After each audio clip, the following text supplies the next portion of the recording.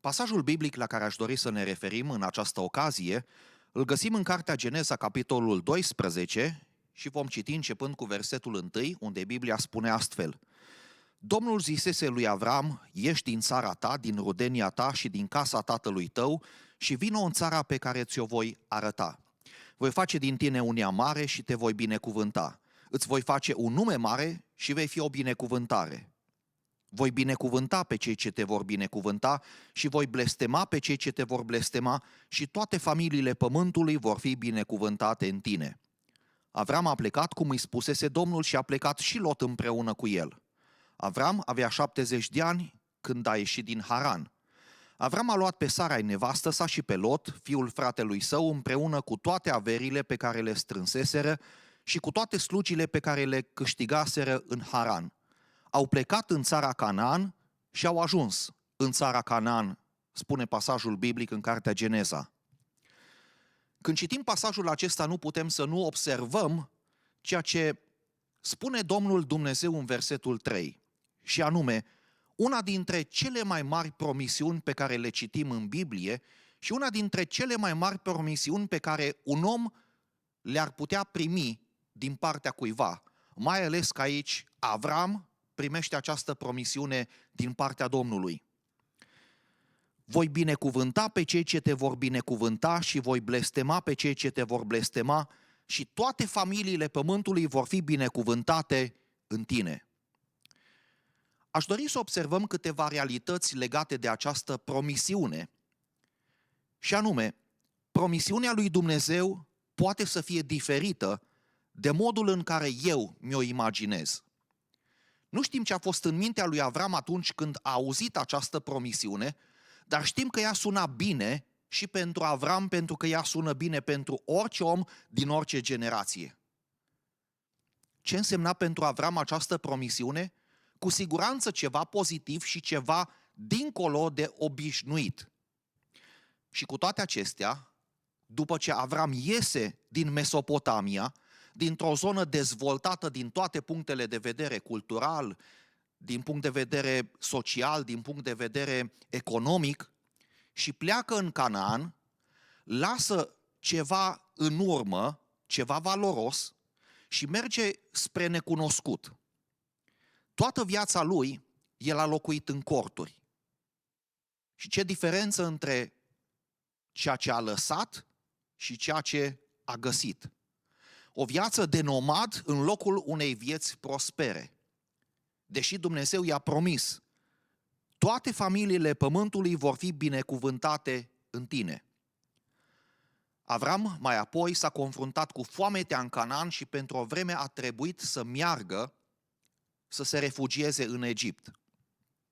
Avram s-a despărțit de Lot și lucrul acesta a fost din nou o durere pentru el și pentru familia lui.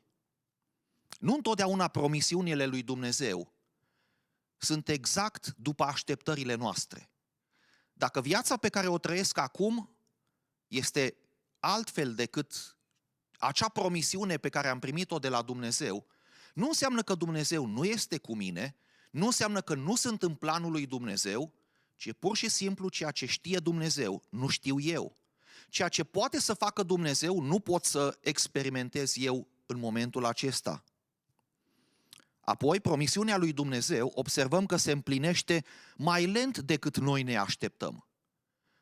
Nu știm exact cât de repede s-ar fi așteptat Avram să se împlinească această promisiune, să fie o binecuvântare și să reverși această binecuvântare într-un mod practic, concret în jurul tău.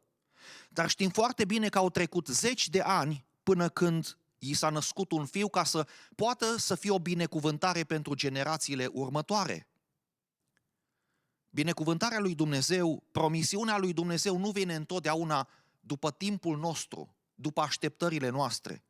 Au trecut cu mult peste 1000 de ani până când a venit Mesia, cel despre care spune pasajul acesta că toate familiile pământului vor fi binecuvântate în tine, adică în genealogia Domnului Iisus Hristos îl găsim pe Avram ca fiind cel prin care a apărut această linie genealogică, fiind cel care a contribuit la venirea lui Mesia în această lume în planul lui Dumnezeu. Promisiunea lui Dumnezeu se poate împlini mai lent decât așteptăm noi.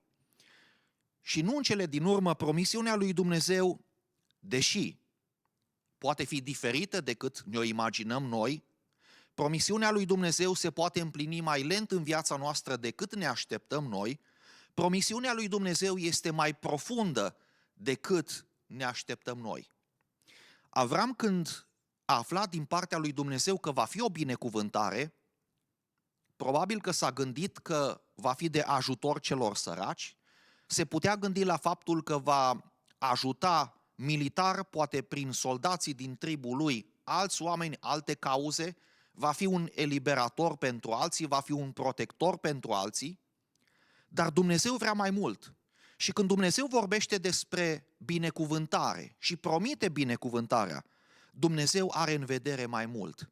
Lucruri la care Avram nu s-a gândit, pe care nu le-a așteptat și pe care nu le-a putut anticipa în niciun pas al călătoriei sale de nomad spre Canaan. Deși uneori ceea ce ne spune Dumnezeu e una și ceea ce întâlnim în realitate este alta, nu trebuie să fim descurajați niciodată, pentru că promisiunea lui Dumnezeu este valabilă datorită lui și nu datorită nouă. Promisiunea lui Dumnezeu se poate împlini uneori mai lent decât ne așteptăm noi. Și asta nu înseamnă că Dumnezeu a uitat de noi, ci faptul că Dumnezeu își are timpul său și ritmul său. Însă promisiunea lui Dumnezeu întotdeauna este mai profundă pentru noi decât ne așteptăm noi. Cu siguranță Avram nu și-a imaginat niciodată că Iisus Hristos va sta pe cruce, va muri pentru păcatele omenirii și va învia a treia zi dintre cei morți ca să ne aducă mântuire veșnică. Cu siguranță că pentru Avram acest lucru nu a fost o realitate pe care să o înțeleagă de plin atunci. Însă Dumnezeu are în vedere în promisiunile Lui lucruri pe care noi acum nu le putem pricepe, acum nu le putem înțelege, dar le putem accepta prin credință și ne putem bucura în anticiparea împlinirii promisiunilor lui Dumnezeu pentru noi. De aceea, dacă întâlnești o promisiune în Scriptură, subliniază promisiunea și anticipează-o cu bucurie. Dacă găsești un cuvânt de încurajare în Scriptură, bucură-te în prezent de el, pentru că Dumnezeu va face acel lucru o realitate în viața ta într-o anumită zi. Promisiunile lui Dumnezeu nu se împlinesc într-un procent de 80-90%, ci promisiunile lui Dumnezeu se împlinesc întotdeauna într-un procentaj de 100%, pentru că vorbim despre Dumnezeu. De aceea vrem ca să fii încurajat, vrem ca să fii binecuvântat în citirea promisiunilor lui Dumnezeu și să nu uiți niciodată faptul că Dumnezeu, ceea ce promite, întotdeauna împlinește, pentru că El, Cel care face promisiunea, este Dumnezeu. Încrede-te în El și bucură-te de promisiunile Lui.